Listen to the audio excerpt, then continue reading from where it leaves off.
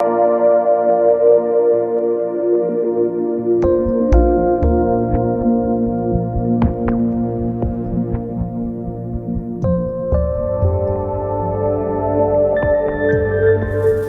afternoon.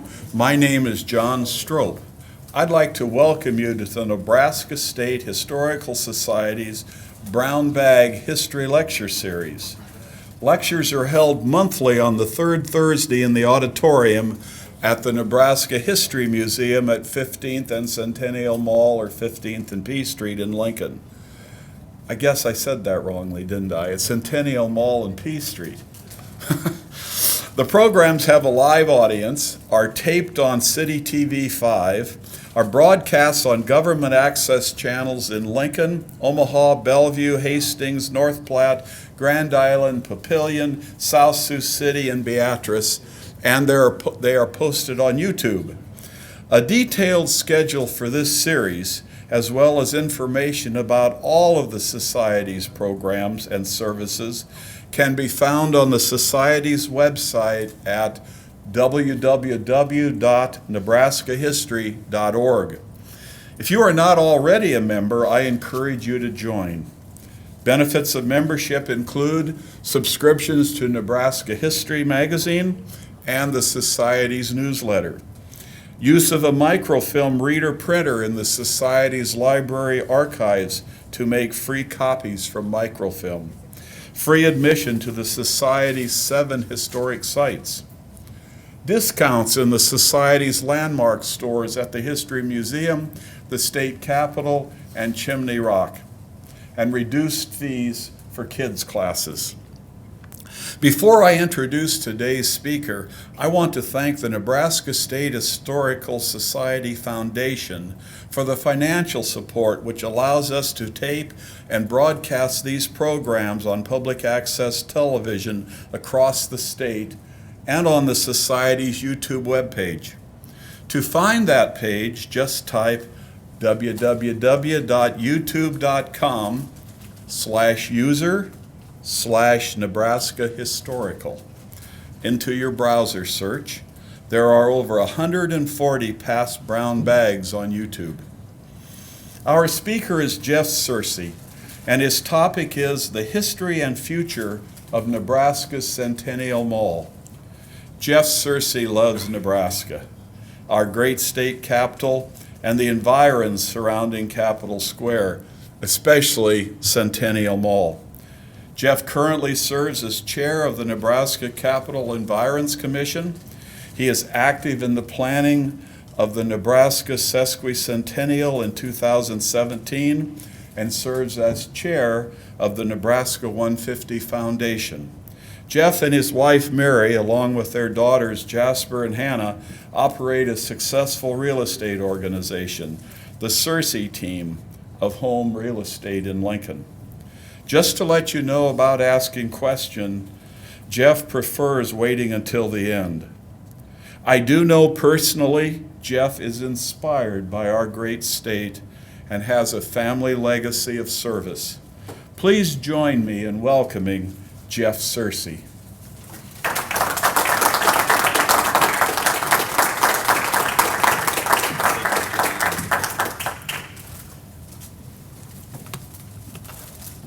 Well, good afternoon. Good afternoon, everyone. Wow, what a turnout. I'm honored to be here. Again, my name is Jeff Searcy, and it's really a pleasure to share the history and the future of Nebraska's Centennial Mall today. But before I get started, I would like to just say a couple of thank yous. Definitely, I thank God every day for a wonderful family, including my wife, who is here this afternoon. Thank you, Mary, for coming, and our daughters, Jasper and Hannah, as well. And also, I want to say a special recognition to some that have helped so much through the years. Bob Ripley and his friends at the Office of the Capital Commission. Thank you, Bob, so much for your team and the efforts. We really appreciate it. For Lynn Johnson and Lincoln Parks and Rec and all those involved there, the Lincoln Parks Foundation, and of course the Capital Campaign Committee that helped spearhead this revitalization of Nebraska's Centennial Mall. We are very thankful for that. And I'd also like to say thanks to our friend Ed Zimmer, who at the planning department, who's helped so much in assisting with this program. Thank you, Ed. We appreciate that as we get going here this afternoon. And so, well, let's get started, shall we? The history and the future of Nebraska's Centennial Mall. Well, the history of the mall, we had to start somewhere. And so we started with the original plat of the capital city of Nebraska. Nebraska, of course, becoming a state in 1867, March 1st, Statehood Day. And of course, next year now we'll be celebrating our sesquicentennial, 150 years of statehood. But that time frame, there were three gentlemen charged with helping make sure we had a plat of our little capital city of Lincoln. And they were, of course, Governor Butler, the state auditor, John Gillespie, and Thomas P. Kennard, as Secretary of State. And so they went out and they got this plat put together and they signed off on it. And there you can see in the dark square, that is Capitol Square. And of course, today we're talking about the blocks that go up through that center section to the north of Capitol Square, 15th Street, then becoming Centennial Mall. And so you look at that and you think, okay, well, okay, that's exciting. And here we have Nebraska's very first Capitol that was right there in Capitol Square. And you see kind of that view is from 14th Street, the west face of the original Capitol, and the transportation mode of the era and day.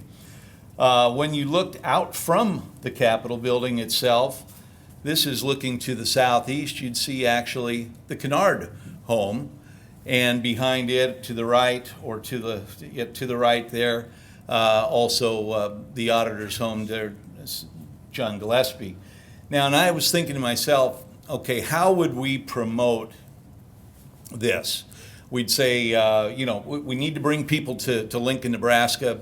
I'm thinking of some, high-producing advertising ideas for the capital city. Maybe something like plenty of space for elbow room, a room with a view, a Capitol view, or how about this one? Landscaper's paradise. You have plenty of opportunity to highly landscape this new area called Lincoln, Nebraska. And that's from 1870. And then as you look again, the original plat had the foresight of some wider avenues, some boulevards, 120-foot right-of-way on some of the main streets connecting State House Square, connecting the university area, connecting some commercial lots, schools, and of course one of those being those blocks, those 4 blocks at the time, running north of the Capitol, 15th Street. And that was the beginning of those opportunities to have that wider vista that would be so prevalent in the days ahead. Lincoln started to grow. This is from a map from 1889, and by the time the 1890 census was taken, Lincoln had grown to, any guesses? Very good, very close. About 55,000 people had come to Lincoln. The advertising must have been working, and in they came, and here they were, and these were kind of what the streets looked like. This is actually looking north on 11th Street in 1889. And so you can see kind of the sense of that community. And so we also look at the second Capitol that came about. The first one didn't last overly long. The second Capitol was built in the 1880s, and this is a view from the northeast, approximately 16th and K Street. If you're looking at the Capitol from 16th and K today, you're looking basically at the governor's offices, the executive suite. That's that side of the Capitol. And as you see the stairway or that flanking area, that would be what would be looking north up 15th Street, or what would someday become Centennial Mall.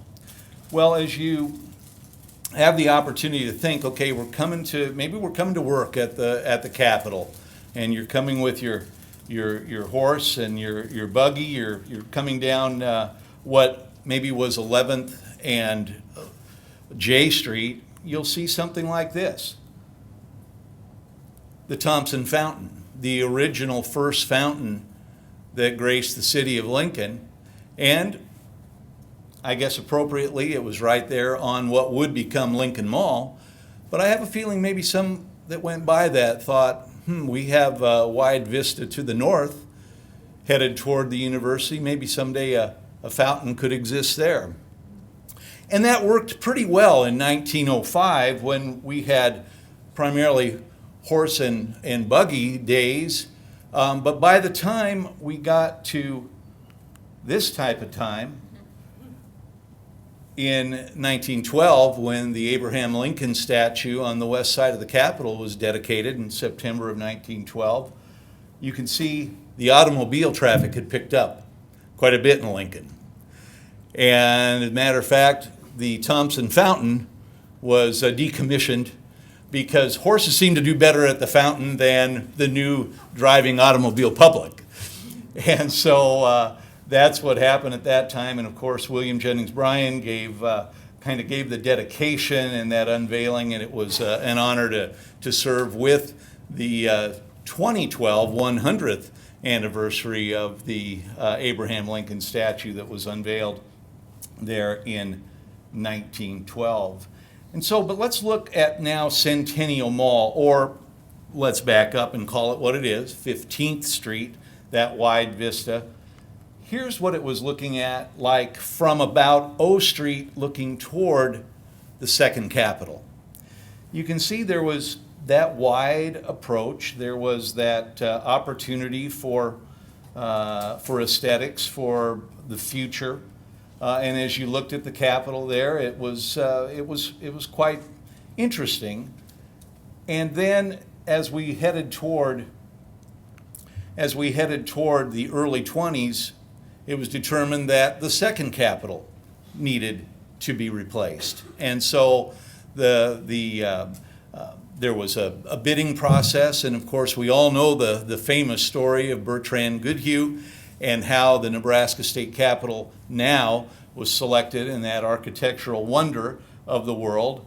And here is just some of the original sketching of the State Capitol project in the very early 20s before actual construction began. You can see it changed. It's been modified from those initial sketches, and then the actual construction began.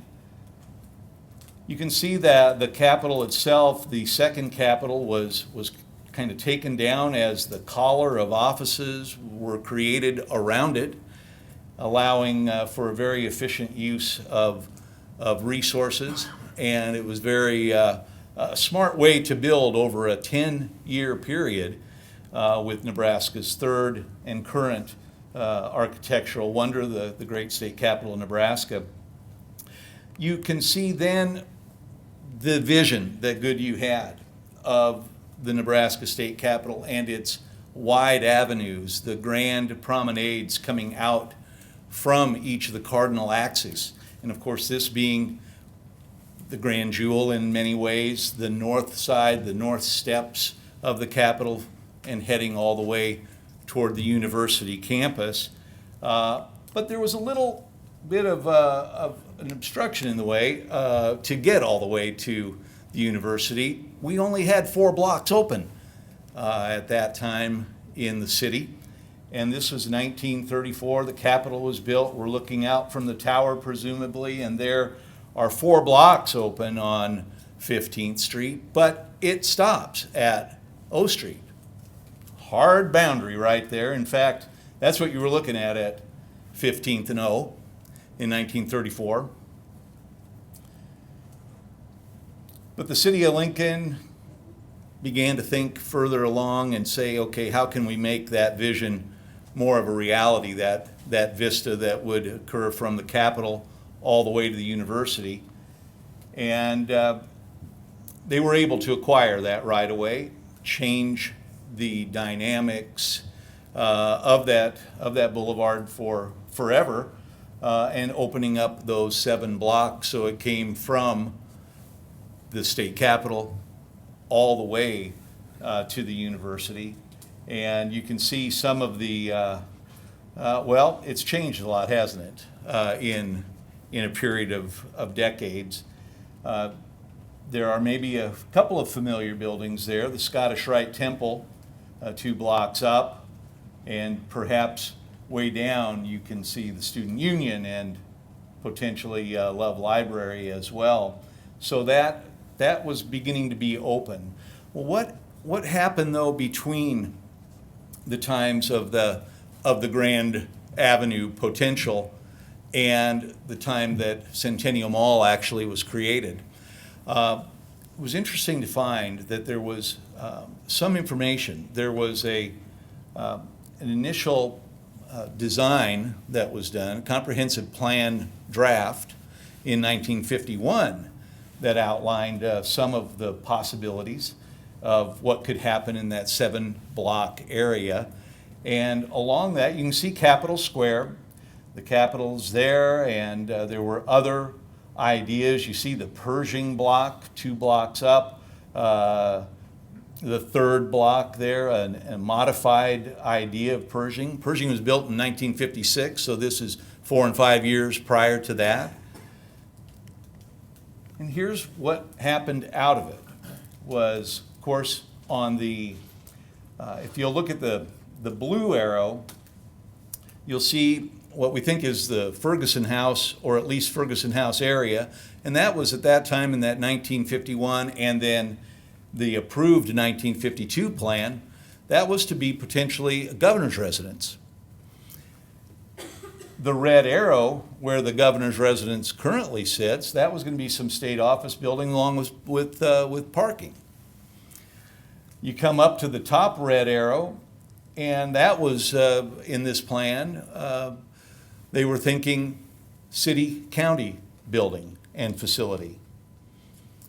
And as you can tell, even in the green, as I mentioned, Pershing block, that was modified considerably in 1956 when the current Pershing Plaza was constructed. And of course, that red arrow didn't turn into a city-county building, but it did turn into a state office building. And that area there, and also Pershing, although not this same configuration, did turn out to be the Pershing Auditorium. And so one other idea and thought, inspiration that was inside of that plan that we thought was interesting, it looked as if they wanted to carry over at that time Goodhue Boulevard on the south into the North Boulevard, because you can see the median that were between the two sides of vehicles there on the interior of both trees. And so although that didn't happen, there were thoughts about, okay, what is taking place? What can we do? And as we headed toward the village of Lancaster's Centennial in, I believe, 1959, there were even more thoughts at the local level. What could we do now with these newly acquired 7 blocks from Nebraska State Capitol to our university? Well, it happened in the early 60s where the Centennial, kind of the spirit of the Centennial of Nebraska was born and had started to come to fruition in those early years of the 60s. There was a lot of talk, a lot of planning, a lot of effort, and then a new governor, Frank Morrison, who had a deep desire for tourism and a passion for Nebraska, and a legislature that visited back and forth about the Centennial, and through those early years created quite a buzz, so to speak, about Nebraska's Centennial that would be coming up in 1967. Well, city leaders, including then Mayor Dean Peterson, was a proponent, along with city council people, to do something now with that Centennial, what would become Centennial Mall, those 7 blocks. That was the time to start really getting into it. The legislature at roughly that same year appropriated some funds for the Centennial itself, and Lincoln, the capital city, certainly did not want to be left out. They wanted to be totally involved, totally engaged, and between Mayor Peterson and then Mayor Sam Schwarzkopf, and I might add a cooperative, according to others I've visited with about that era, a cooperative council and leadership throughout the community were able to establish the willpower and I guess the overall vision to create at that time Centennial Mall, and it's there's a lot to it, and this will become probably another side program to be able to even come up with more of what actually went into the design elements and overall construction of the original Centennial Mall, and we will get into that at maybe another time. But today we'll fast forward slightly, because in honor of Nebraska's 100th birthday, Centennial Mall was created and dedicated in 1967. And as you can see, in honor of the Centennial, this was Lincoln's kind of the gift to the state. And I think that Nebraskans and really anyone having visited our area through the years has really appreciated Centennial Mall and all that it has to offer. And I would say that just this gathering here today is an indication of the kind of support that Centennial Mall really has. And so thank you again for all being here. But let's take a look side by side. I can see why you're excited. There are some reasons that the left hand versus the right hand, we kind of like that new image that had been created. You see the fountains and some of the temporary art sculptures that were placed as Centennial Mall opened up in 1967. But you see 1940, you see 1967 or 8 there with the fountains, with the sculptures, with the wide open park and vista. It was really an urban oasis of sorts, where people could relax, they could have fun, they could just get away, they could enjoy the sounds of the bubbling brook or the flowers, or just take a walk on something that had never been created before, kind of that urban park in the capital city. And that's what we had in 1967 with the advent of Centennial Mall. Well, during that time and through the ensuing years, Centennial Mall was an inspiration, I believe, to many, as they looked at then the Nebraska Capital itself and the environs around the Capitol. And out of that was a study and a book that was produced in roughly the mid-70s. And it was called the Nebraska Capital and Environs Plan. In fact, longtime Capital Environs Commissioner Tom Logging was very involved with that, as were others.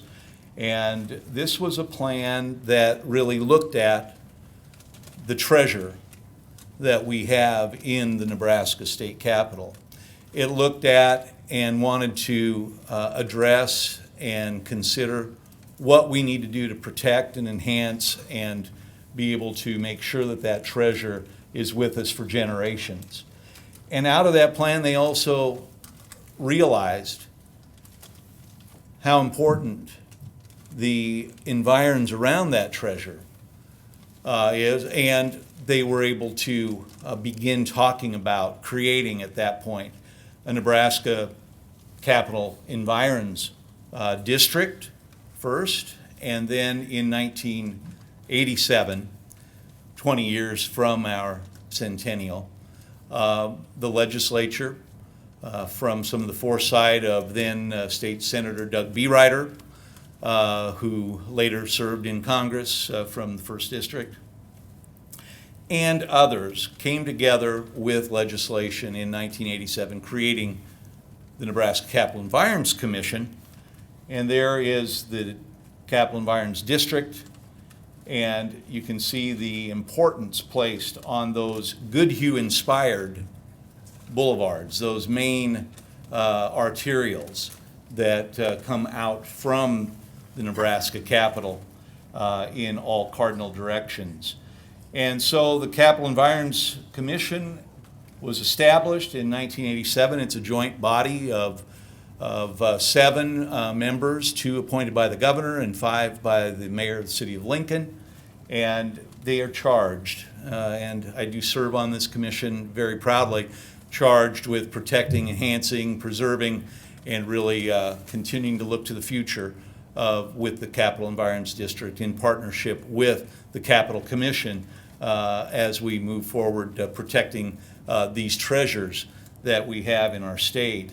And you look at Centennial Mall, it's been a gathering place. It's been an area where families go. It's been a political announcements. Of course, you may recall Bob Kerry's announcement for U.S. President in 1991, where he's indeed a candidate for the presidency of the United States of America. I don't know, I had to do that.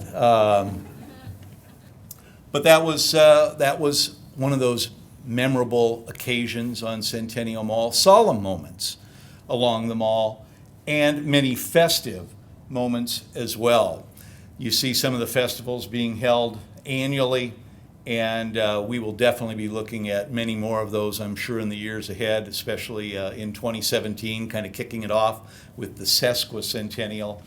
But it continued to serve, Centennial Mall continued to serve as that important connection between the Capitol and the university, and that continues to be a great desire on the part of the city of Lincoln and also the state of Nebraska.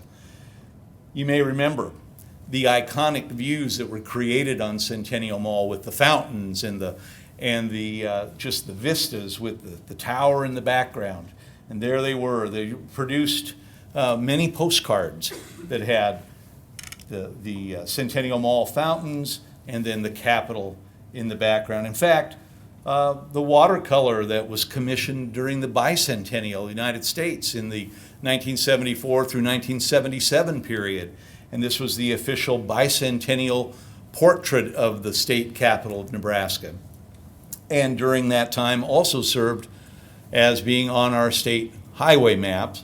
You may all remember that for several years. I think it went from 74 through 77 or 8 with the highway map. And so people would come and want to almost make their own postcards there at the state capitol. Why not? A beautiful backdrop. In fact, here's a family in from New York, Colorado, and locally here in Lincoln with their little stair-step postcard of Centennial Mall with the Capitol behind them. In fact, you know what you could do? If you're down on the mall, many of you probably did this. You could get out there, and depending on how you angled the camera, you could get down there and you could get it, and the kid would be a lot smaller than the fountain. Or if you did it the other way, you could make the grandson look, well, definitely bigger than the fountains and almost as large as the Capitol. I had to visit with Bob Ripley. He says, you can't get it as high as the sower, you got to get it down to at least to the observation deck. And so we stopped there with this particular, okay, I confess, grandson. And but you know what they would do? They loved, even though it was overgrown and getting, well, that canopy of trees. Those kids, I don't know why, they loved getting in there and looking around. They were looking for acorns. They were looking for their little furry friends, the squirrels. And even though they were having fun and looking around, Grandpa was kind of looking at some of the deteriorating conditions and what was really happening with the current conditions of what had been so beautiful, that original Centennial Mall. The crack, the crumbling, it was falling into disrepair in such a serious way that the newly formed, if you will, Nebraska Capital Environments Commission had to do something, as others also felt the same way. And so those conditions, including just ADA compliance, was really not there, or difficult and challenged at best.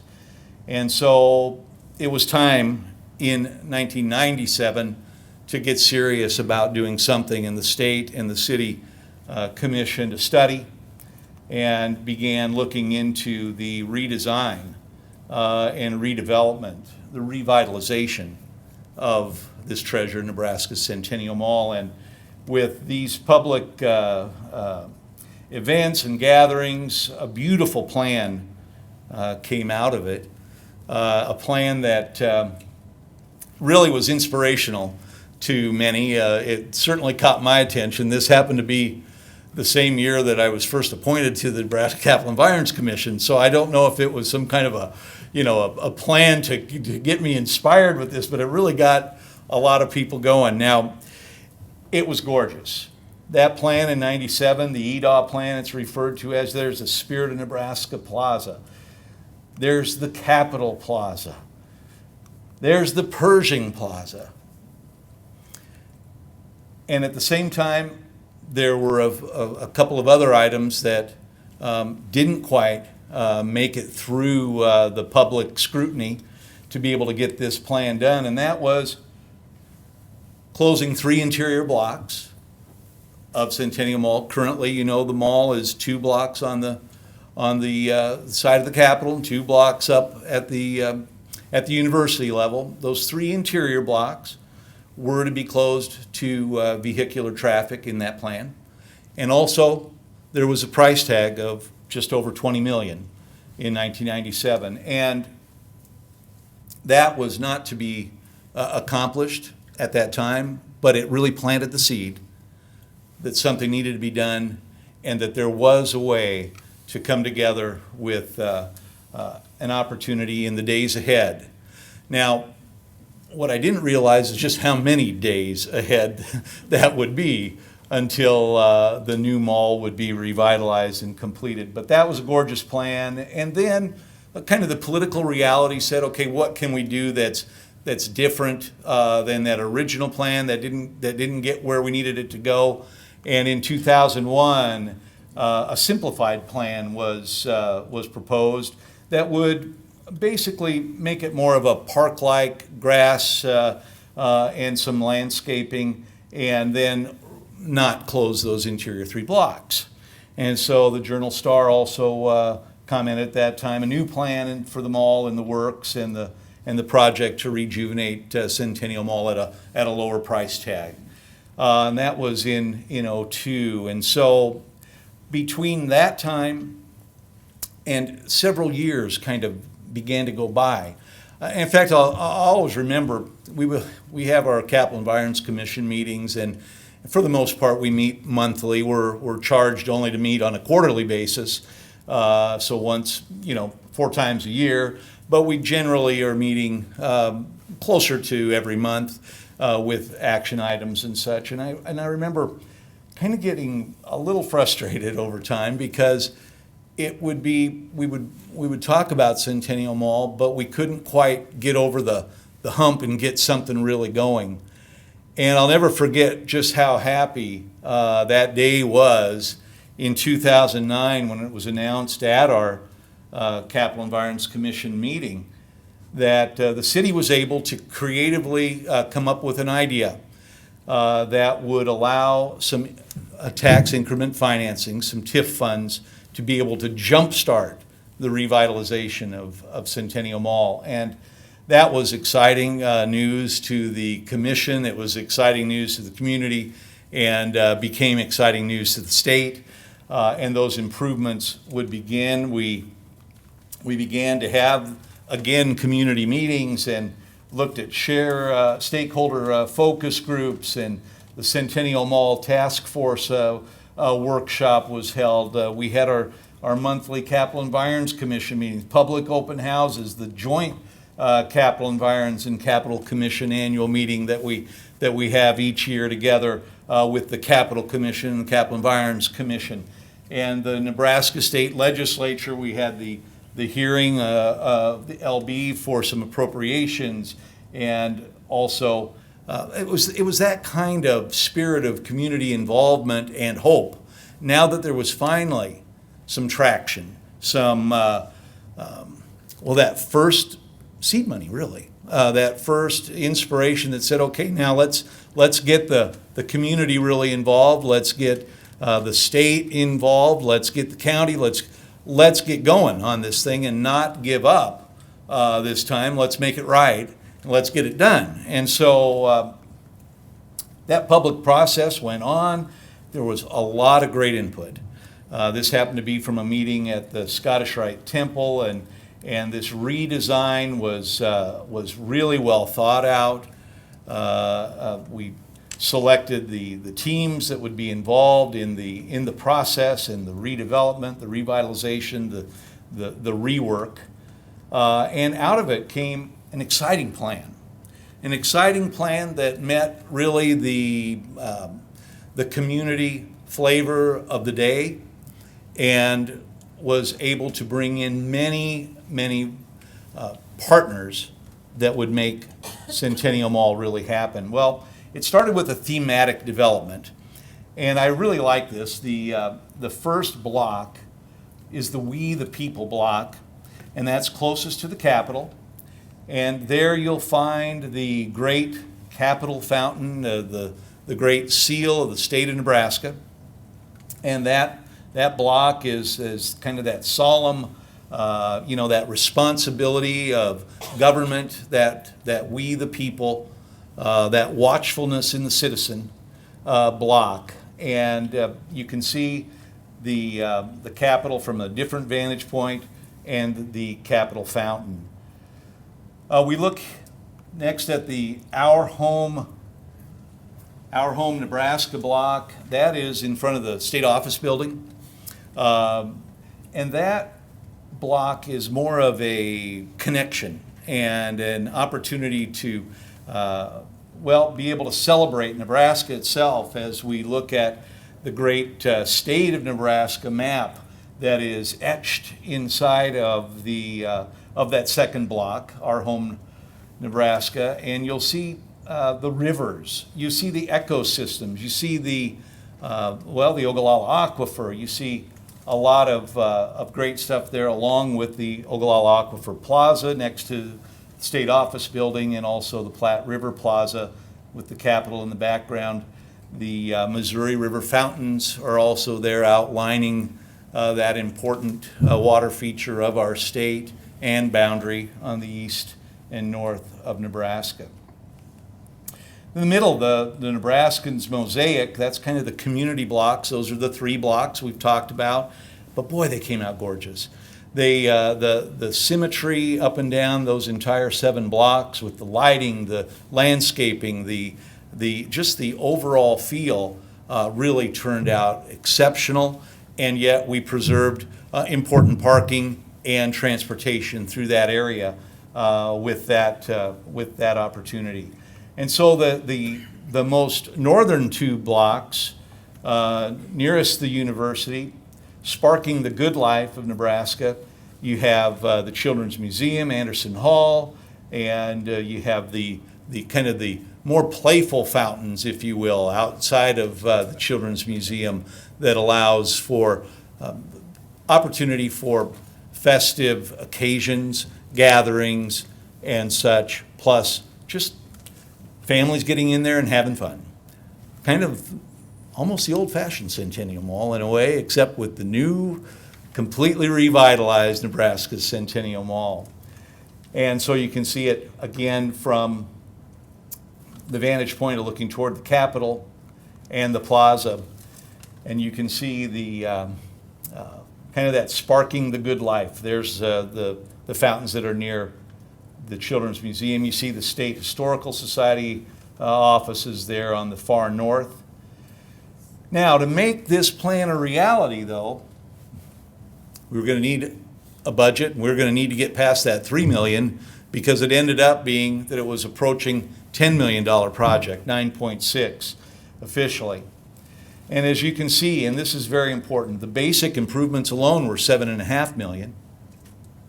Then we had sustainable features, sustainability in stormwater management and energy efficiency. That was near $500,000. And then the most important, in my opinion, was the endowment. The endowment, $1.5 million, was created inside of this funding project of 9.6. That endowment is simply so that we never have to run into that same situation that Centennial Mall fell into prior. In other words, the disrepair, the crack, the crumbling, the decrepit. No, not with the endowment, because that is, its intent is to make sure that there are always funds available to keep that repair up and to keep current on the mall. And so, highly important part of that project that was well responded to by both the community, legislative leaders, and all the various funding elements of the project. Fundraising efforts, very important, and that took place over a period of a couple, 2.5 years, and very well received, but yet we couldn't really get started until those funds were pledged and in place. And the fundraising team did an outstanding job. They are recognized on the north end of the mall, and it really was a campaign cabinet that was enthusiastic, that worked beautifully together, that worked in tandem with the various governmental elements, and really worked well with our corporate communities, and also those that came forth with even large, very large personal gifts, as did Glenn Korff, that put us over the top, and we could actually then get started on the revitalization of Centennial Mall. Spirit of Nebraska Pathway is going to play a part, and I'll go into that in some subsequent slides. But the overall theme then came down and said, okay, what other themes will we have inside of the mall? We took the broader view. Now we're coming down to a little bit more detail. And I'll remember a time we took a little journey over to the Capitol, and Bob, you remember we had the large telephoto cameras, and we went in and you highlighted many of the important icons, really, of the Nebraska State Capitol. And in so doing, we had many to choose from, but we narrowed it down to these 5: the environmental, social, cultural, technological, economic, public policy. And you can see the bison, the Thunderbird, the anvil, the agriculture, the corn, the public policy. Those are the elements that came out of that desire to really bring the Capitol into the mall.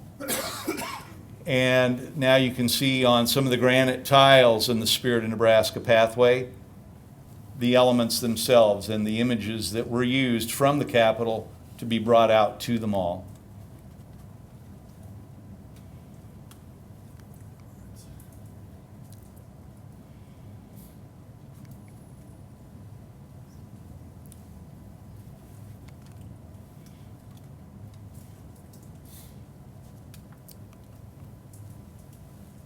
And those granite tiles are there. There is an opportunity, of course, with the Spirit of Nebraska Pathway, and in October, the kind of the grand opening. Many of these Spirit of Nebraska Pathway tiles that are painting the legacy, if you will, of Nebraska through these inscriptions and families and recognition of the rich history and fabric of our state, lining up and down 7 blocks of Nebraska Centennial Mall. And that's pretty exciting, because that's a story that will continue to be told. And with technological advances, we'll be able to bring the mall even more to life, QR codes and other things into the future, and paint that story in even a richer fashion. So where are we? Well, we're looking at the Centennial Mall of yesterday. And before we could kind of get into it and get that project going to get it revitalized, we had to make sure there were no obstructions, including even Occupy Lincoln for October of 2011 through May of 2012, and some very good negotiations to make sure that the construction or demolition first could begin on the mall, which it did in May of 2012. And so you can see from the Capitol, looking down, well, the mall was changing. In fact, here's side by side what it was just before. You can see the fountains were filled in. There was some grass, newer areas that just had to happen because they were a liability and could no longer be operational. And so you see the difference between the left and the right there as we move toward what then became the construction process. First the demolition and the clearing, and then getting the job done. That's of course nearest the Capitol, the steps going out, some of the oversized plantings that no longer could be supported, were cracked and crumbling, and then all the way to the north, where you see the concrete, and you see Tim and Taw there, the sculptures on that end.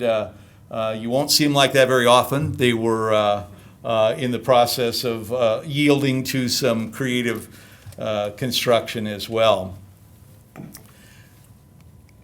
And so that began. The construction began, and you started to see the infrastructure go in. The civil cells, the Silva cells that for the stormwater management went in. And even though there was a lot of that already happening, you had to be very careful because you didn't want to disrupt anything that maybe was already on the mall that you wanted to preserve. For example, the Nebraska American Revolution Bicentennial Time Capsule. Maybe some of you have seen that out in front of the state office building. Planted there for the bicentennial in 1970, it looks like 8 there. It was 1976, of course, the bicentennial. But it says, do not open until July 4th, 2075. So save the date. But you certainly didn't want to disrupt that. You wanted to preserve it. And so they painstakingly took that out of the mall as the construction was to begin. And that was held in a safe location for nearly 2 years prior to it being replaced back at its original location in front of the state office building. Of course, other things had to go. The large but yet overgrown and cracked and crumbling tree condition, but it was always good for one last look. Maybe even a little stump speech by a grandson would be appropriate. By the way, I counted the number of rings. You don't have to do that today. And it was 50. And you think, oh, that makes sense, Centennial Mall. No, but this was 2012. Those trees were put in when they were probably 4 or 5 years old already. And so kind of an interesting side note. Then here we go, the state of Nebraska map, the tiles. There are all the counties that adorn both sides of the Nebraska experience, starting there with Arthur County. It was just great to see many of those just stacked up. And in fact, one of them was the Great Seal Fountain granite, all stacked. You see the Great and then Seal, and these things were just massive. So it was pretty interesting as you see, of course, the intricate type of pavers and all that had to go into the redesign. redevelopment, the revitalization, stacked up and painstakingly put in. That's in front of the state office building.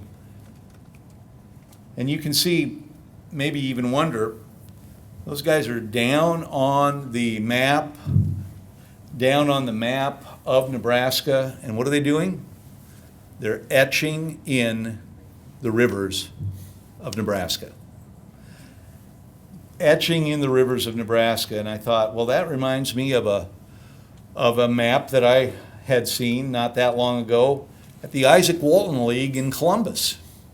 And that map is right there, and it had in the corner of that map the state with the most rivers. And it had it etched in. And I thought, well, I don't know if they got it from there, but it's kind of a cool thing. Now, I do want to point out that I do not know what the name of that river is that's going right through the center of the state. I do not know, but I was glad that Mecca Henne, the contracting company that did such an outstanding job on the revitalization of Centennial Mall, was paying very close attention to current mapping and not to that particular one. But they did a beautiful job. They have been. I would come out, and many would, in the evenings or early mornings. They were already here, or they were staying late, working on getting this job done, and they were always very respectful and did a fabulous job. And so my hat's off to that group of hardworking and dedicated contractors. And this is where we were and where we have gone on this redevelopment, this redesign. You see on the right-hand side where it had to go to be able to get to what we look at now on the left. And here's more of a actual image. The Spirit of Nebraska pathway, the State Historical Society building to the north. And a lot of opportunity there, a lot of real estate on Centennial Mall to be able to utilize that Spirit of Nebraska pathway in educational and historical fashion for years and decades to come. And I'd strongly encourage it. In fact, up on that north side, I really like we have a tribute to all of the Native American tribes and nations that had graced Nebraska in the early days. And it goes in a circular fashion, and each one of them is there and outlined with a light that comes out in the evening, and it's very symbolic and very interesting. Here's just more of a close-up example of what those tribute tiles for the Native American nations and tribes look like there. And we see this on that north end as being a place for cultural events, maybe a reenactment of powwows, other important cultural type of activities. For example, bluegrass concerts. I had to throw that one in there. And even the building where we are today, the Nebraska State History Museum went through transformation during this time when Centennial Mall was being revitalized. And with the new entrance and those beautiful art panels on the front and new signage on top. Well, as we wrap up here, we've kind of taken the higher view and we're coming on down to some of the details. Details that were taken from and inspired by the Capitol itself. For example, this is from the Capitol floor, the heating system, the grate. From the Capitol, I say, to Centennial Mall. And then again, you see that along the Spirit of Nebraska pathway for the civil cells, from the Capitol to Centennial Mall. And the beautiful craftsmanship that's gone into some of the furnishings and even down to the receptacles.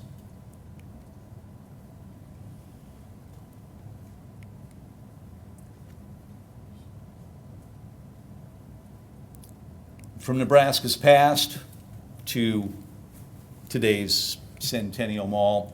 It's out in front of the Pershing block. Even the lighting was designed to reflect the lighting at Capitol Square. So Capitol Square lighting, Centennial Mall lighting. And from those cracked and crumbling conditions, we go now to where we can have large festive occasions again on the mall. This was the Vote 50 States project that came through town earlier this year. And they're standing right on where the Capitol fountain is and looking up toward the Capitol. And so what is the future? Well, the future has many possibilities. We can take a look at the Spirit of Nebraska pathway and make sure that Nebraskans are represented for decades to come. We can look at just even this upcoming year where we dedicate the many individuals and donors that have made this all happen. We can look next year at the Nebraska Centennial and say, how can we make this state even better? How can we preserve this treasure? How can we look forward to the front? And as we go, we always say, you know, it's important to remember that we live in a great state. We've been here 150 years, and it's my pleasure to have had the opportunity to present the history and the future of Nebraska's Centennial Mall. Thank you. Thank you.